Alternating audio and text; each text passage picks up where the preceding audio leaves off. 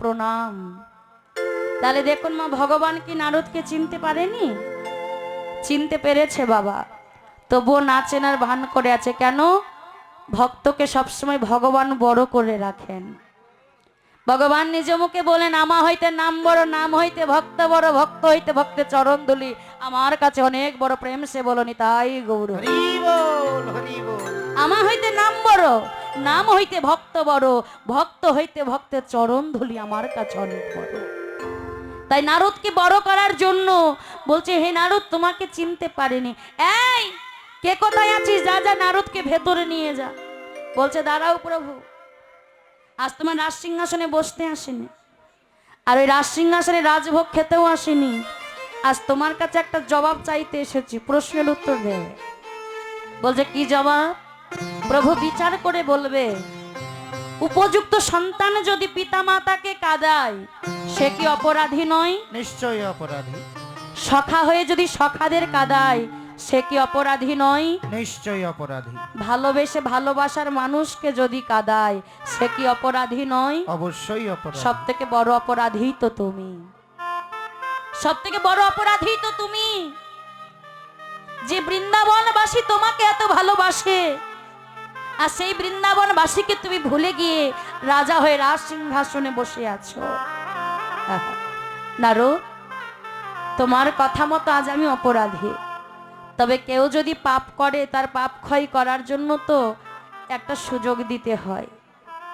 পাপ করলে তো প্রায়শ্চিত্ত করতে হবে, আমি প্রায়শ্চিত্ত করার জন্য রাজি আছি নারদ। তবে তুমি বলো কি করলে আমার এই পাপ থেকে আমি মুক্তি পাবো? নারদ মনে মনে বলছে, প্রভু এটাই তো শুনতে চাইছিলাম, কখন বলবে? তাই শোনো প্রভু, তোমায় কি করতে হবে জানো?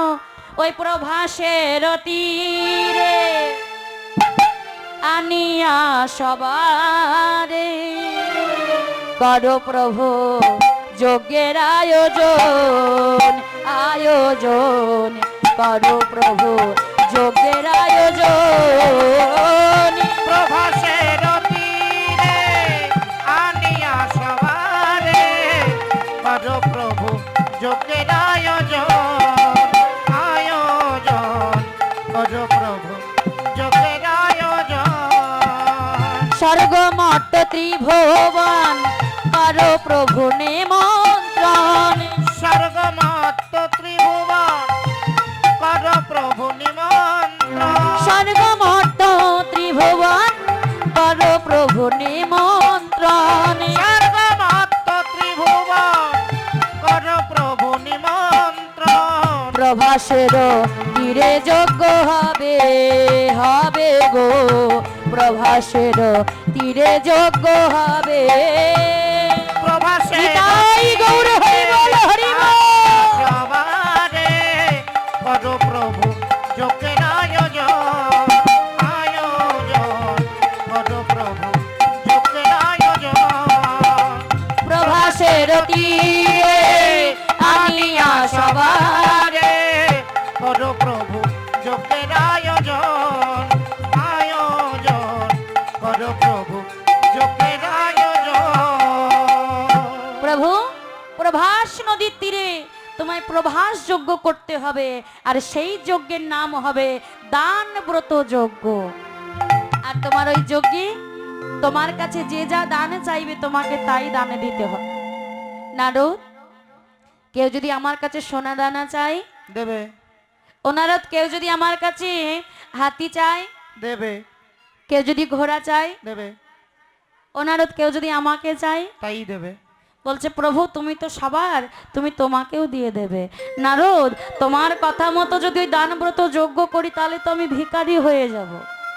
নারদ মনে মনে বলছে, প্রভু তোমাকে ভিখারি করার জন্যই তো আমার আশা, তোমাকে ভিখারি করার জন্যই তো আমার আশা।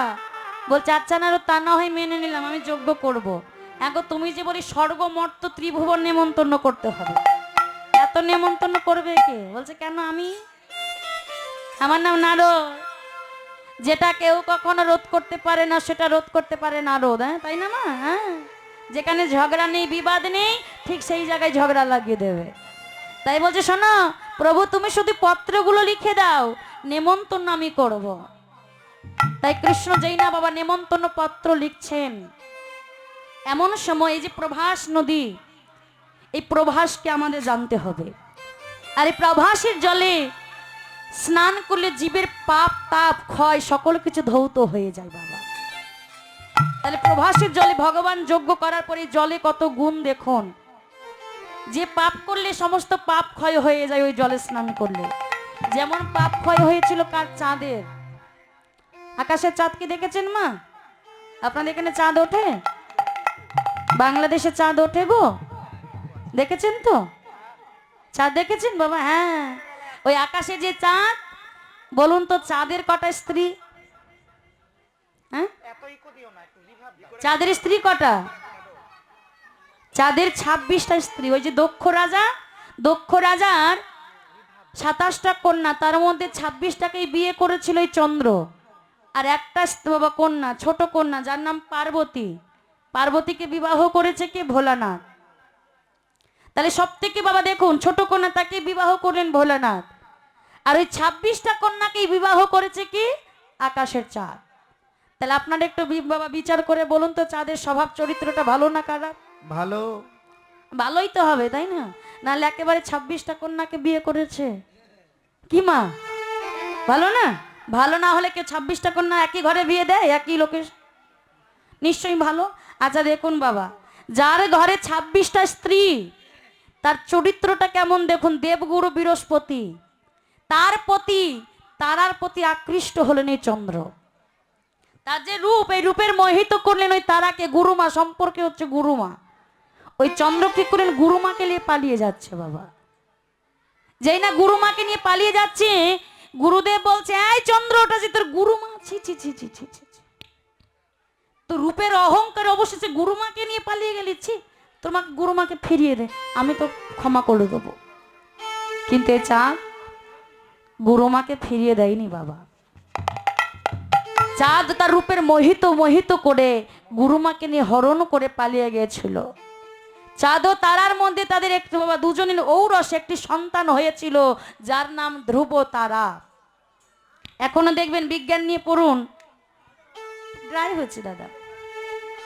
বিজ্ঞান নিয়ে পড়ুন আর শাস্ত্র নিয়ে যান, একই জায়গায় আসতে হবে। দেখবেন ঠিক আকাশে যে চাঁদ দেখা যায়, তার মাঝ বরাবর তারা, তার মধ্যেখানে একটা গ্রহ জ্বল করে, যার নাম ধ্রুব তারা। যেই না গুরুমাকে ফিরিয়ে দিলেন না, দেবগুরু বৃহস্পতি চন্দ্রকে অভিশাপ করলেন, চাঁদ তোর যে রূপের অহংকারে তোর এই গুরুমাকে হরণ করে নিয়ে পালালে, আজ তোকে আমি অভিশাপ করছি, তোর এই রূপ থাকবে না। তোর এই রূপ একটু একটু করে ক্ষয় হতে হতে 15 দিনে ক্ষয় হয়ে 16 দিনে মারা যাবি তুই। হরি বল, হরি বল, হরি বল। দেখবেন চন্দ্র হলেন 16 কলায় পরিপূর্ণ বাবা। 16 দিন পর তুই মারা যাবি। যেই না বলেছে, অমনি গুরুদেবের অভিশাপ ফলে গেছে। ওই গুরুদেব অভিশাপ করে সকল বাণী মিথ্যে হয় বাবা, কিন্তু গুরুবাণী কখনো মিথ্যে হয় না। কত বা প্রমাণ আছে কি? গুরু রুষ্ট হলে কৃষ্ণ রাখিবারে পারে। হরি বল। কৃষ্ণ রুষ্ট হলে গুরু রাখিবারে পারে, রাখিবারে পারে। গুরু রুষ্ট হলে কৃষ্ণ রাখিবারে না রে, রাখিবারে না রে। কোন ভক্ত যদি কৃষ্ণ চরণে অপরাধ করে মা, সেই ভক্তকে রক্ষা করার সাধ্য আমার গুরুদেবের রয়েছে। কিন্তু কোন গুরুদেবে যদি, কোন ভক্ত যদি গুরুদেবের চরণে অপরাধ করে, অপরাধ করে, সেই ভক্তকে রক্ষা করার সাধ্য আমার ভগবানেরও নেই। আহা, তাই গুরু নিন্দা কভু করবেন না বাবা। গুরু নিন্দা বলা তো পাপ, শোনা কানে শোনা অধিক পাপ। তাই কভু কখনো গুরু নিন্দা করবেন না। আজ গুরুদেবের কথা যখন পড়ে গেল, চন্দ্র একটু একটু করে ক্ষয় হতে শুরু করেছে। আর চন্দ্র যখন একটু একটু করে ক্ষয় হচ্ছে, চন্দ্র যখন একদিন মানে আজ 15 দিনে এক অংশ বেঁচে আছে বাবা, চন্দ্রের সকল স্ত্রী চিন্তায় পড়ে গেলেন, স্বামী যদি মরে যায় তাহলে আমরা কোথায় যাব, আমাদের কি হবে। আর স্বামী যে পাপ করেছে ওর মরে যাওয়া ভালো, কিন্তু মরে গেলে আমরা কোথায় যাব। তার থেকে সে বেঁচে থাকুক, কোনোদিন তার মুখমণ্ডলী দর্শন করব না, কিন্তু সে বেঁচে থাকুক। তাই কে করলেন? সকল চন্দ্রের স্ত্রী সবাই মিলে গেলেন ছোট জামাই ওই ভোলানাথের কৈলাসে। ভোলানাথের কৈলাসে গিয়ে বলছে, জামাই জামাই আজ বড় বিপদে পড়ে তোমার কাছে এসেছি। আহা, যেই না বলেছে বড় বিপদে পড়ে এসেছি, বলছে কি এমন বিপদ? আমাদের স্বামী ওই দেবগুরু বৃহস্পতির পত্নী তারাকে হরণ করে নিয়ে পালিয়েছে বলে দেবগুরু বৃহস্পতি আমাদের স্বামীকে অভিশাপ করেছে যে চন্দ্রের ওই রূপ একটু একটু করে ক্ষয় হতে হতে 15 দিন ক্ষয় হয়ে 16 দিনে মারা যাবে। জামাই, তুমি আমাদের স্বামীকে বাঁচাও। তুমি তো মৃত্যুকে জয় করেছো। দেখবেন ভোলানাথের 3 যুগে মৃত্যু হয় নাই, সত্য ত্রেতা দাপর। 3 যুগে মৃত্যু হয় নাই বলে তার আরেক নাম মৃত্যুঞ্জয়। তিনি মৃত্যুকে জয় করেছেন। তাই বলছে, শোনো, তোমরা যখন আমার কাছে বড় আশা করে এসেছো, আমার এই জটাই তোমাদের স্বামীকে রেখে দাও। আর আমার জটাই যতক্ষণ তোমাদের চন্দ্র থাকবে তোমাদের স্বামী মারা যাবে না। এগো মায়েরা, ভোলানাথের এই জটায় চাঁদ দেখা যায় এক অংশ, দেখেছেন? ছবিতে দেখেননি ভোলানাথের জটায় চাঁদকে? দেখা যায় তো বাবা। তাই তো চাঁদের আরেক নাম, ভোলানাথের আরেক নাম চন্দ্রচূড়। হ্যাঁ, ওই যে দেখা যাচ্ছে, হ্যাঁ ঠিক দেখেছেন। ওই যে যখন জটাই রেখে সমুদ্রে সকল স্ত্রীরা বিধবার বেশ ধারণ করলেন। কেন? স্বামী এখনো মারা যায়নি, কিন্তু সবাই বিধবার বেশ ধারণ করে ওই গুরুদেবের কাছে চলেছে বাবা। দেবগুরু বৃহস্পতির কাছে গিয়ে বলছে, গুরুদেব গুরুদেব আমাদের প্রণামও নেবেন গুরুদেব। গুরুদেব বাবা আশীর্বাদ করে দিয়েছে তোমাদের সিথির সিঁদুর অক্ষয় হোক। আর যেই না আশীর্বাদ করেছে, গুরুদেব আপনারই অভিশাপে আমাদের স্বামী মারা গেছে। আপনি যে বললেন সিঁদুর সিঁদুর কি করে হবে? আপনারই অভিশাপে তো মারা গেছে, মারা যায়নি, এখন এখন বেঁচে আছে। বলছে, কার কথা বলছো? বলছে, কেন? আমাদের স্বামী চন্দ্র। এখন আপনি বলেন গুরুদেব আমাদের কি হবে? আমরা সবাই কোথায় যাব? বলছে, তাই তো, তোমাদের কথা তো ভেবে দেখা হয়নি। আর তোমরা বড় দেরি করে ফেলেছো। তোমাদের স্বামী যদি বেঁচে থাকতে থাকতে তোমরা আমার কাছে আসতে, তাহলে আমি একটা কোনো উপায় করে দিতাম। কি করতেন গুরুদেব? বলছে, তোমাদের স্বামী যতটুকুই বেঁচে থাকতো, যদি ততটুকুই নিয়ে গিয়ে প্রভাসের জলে ডুবিয়ে যদি স্নান করাতে পারতে, তাহলে তোমাদের স্বামী বেঁচে যেত। গুরুদেব অপরাধ নেবেন না গুরুদেব, আমাদের স্বামী এখনো মারা যায়নি। কেন? এখনো এক অংশ ভোলানাথের জটায় রাখা আছে। আর দেরি না করে সকলে মিলে ভোলানাথের জটা থেকে চন্দ্রকে নিয়ে গিয়ে বাবা ওই প্রভাসের জলে ডুবিয়ে যেই না স্নান করিয়েছে, অমনি চন্দ্র তার আগেকার পুনরায় রূপ ফিরে পেলেন। কিন্তু রূপ ফিরে পেলে কি হবে? বেঁচে গেলে কি হবে? কিন্তু চন্দ্রকে আজও অভিশাপ বয়ে বেড়াতে হয় গুরুদেবের। আজও দেখবেন চাঁদ একটু একটু করে ক্ষয় হতে হতে যখন সম্পূর্ণ ক্ষয় হয়ে যায়, তখন চারিদিকে অন্ধকার নেমে আসে, তখন হয় অমাবস্যা। আবার যখন চাঁদ একটু একটু করে উদয় হয়, পরিপূর্ণ হয়, তখন হয় বাবা পূর্ণিমা। তা থেকে সৃষ্টি হলো অমাবস্যা পূর্ণিমা। প্রেম সে বলো নিতাই গৌর হরি বল। হরি হরি তাহলে এই প্রভাসের জলে কত গুণ বাবা। তো যেই না আমার নারদ মনে হইব, নারদের কথা মতো কৃষ্ণ আমার নিমন্ত্রণ পত্র লিখছেন, এমন সময় দাদা বলরাম এসে বলছে, ও ভাই ভাই, শুনলাম তুই নাকি প্রভাস যজ্ঞ করছিস, আর তার জন্য নিমন্ত্রণ লিখছিস, লিখে দে ভাই, লিখে দে। বৃন্দাবনে পিতা মাতা ব্রজ মায়েরা ব্রজ বাবারা সখারা সকলকে একেবারে কুড়িয়ে নেমন্তন্ন করে দে। আহা, কৃষ্ণ বলছে, দাদা গো, ও দাদা, তুমি যাকে যাকে বলবে তাকে তাকে নেমন্তন্ন করব, কিন্তু বৃন্দাবনের কাউকে করব না। আহা, যেই না বলেছে, বলছে, শোন ভাই, দক্ষ রাজা দক্ষ যজ্ঞ করেছিল, কিন্তু সেই দক্ষ যজ্ঞে তার জামাই ভোলানাথকে নেমন্তন্ন করেনি। এগো মায়েরা, দক্ষ রাজার কি দক্ষ যজ্ঞ সম্পূর্ণ হয়েছিল? হয়েছিল না।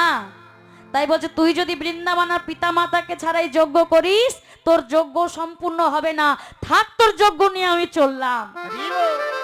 এই বলে যেই না চলে যাচ্ছে, কৃষ্ণ বলছে, দাদা গো, ও দাদা, রাগ করো না দাদা, আমি তোমার কথা মতো বৃন্দাবনে শুধু দুজনকে নেমন্তন্ন করব, এক পিতা আর এক মাতা। আর বাকিদের নেমন্তন্ন করব না, কেন জানো? তারা কেউ আমার নেমন্তন্নের আশা করে না। যদি তারা বৃন্দাবনবাসী শোনে যে আমি প্রভাস নদীর তীরে প্রভাস যজ্ঞ করছি, শোনা মাত্রই তারা আমার যজ্ঞে ছুটে আসবে। আর যদি শোনা মাত্র যদি না ছুটে আসে, আমি জানবো আমি বৃন্দাবন থেকে আসার পর আমার এই বৃন্দাবনবাসী সকলে পরিবর্তন হয়ে গেছে। তাই সমস্ত পত্র লিখে যেই না নারদে হাতে দিয়েছে, নারদ এই নাও নারদ, যাও তুমি নেমন্তন্ন করে এসো। নেমন্তন্ন পত্রগুলো নারদ উল্টে পাল্টে দেখে বলছে, ও রে, যাদের জন্য এত কিছু করা তাদের জন্য শুধু দুটি নেমন্তন্ন পত্র। আমার নাম কি নারদ, এই পত্র দুটোই কি করব? নৌকা করে জলে ভাসিয়ে দেবো। কি গো, ছোটবেলায় এই বর্ষার সময় খেলা করতাম না? ওই স্কুলে গিয়ে দেখতেন কাগজের ওই খাতার পৃষ্ঠা বাবা ছিঁড়ে ওই কাগজের নৌকা তৈরি করতাম না? কি আপনারা করেননি? করেছেন? ওই বর্ষাকালে কাগজের নৌকা করে জলে ভাসিয়ে দিতাম। হ্যাঁ, বলছে আমার নাম নারদ, এই যে নিমন্ত্রণ পত্র দুটো দিয়েছে এটা কাগজের নৌকা করে জলে ভাসিয়ে দেবো। আর আমি কি করবো, যে সব দেবতাদের দু চোখকে সহ্য করতে পারি না, ঠিক বেছে বেছে তাদের বাদ দিয়ে দেবো। যেই সব দেবতাদের দু চোখকে আমি সহ্য করতে পারি না তাদের বেছে বেছে বাদ দিয়ে দেবো। আর ওই বৃন্দাবনে গিয়ে কি করবো জানো? নয়নে দেখিব যায়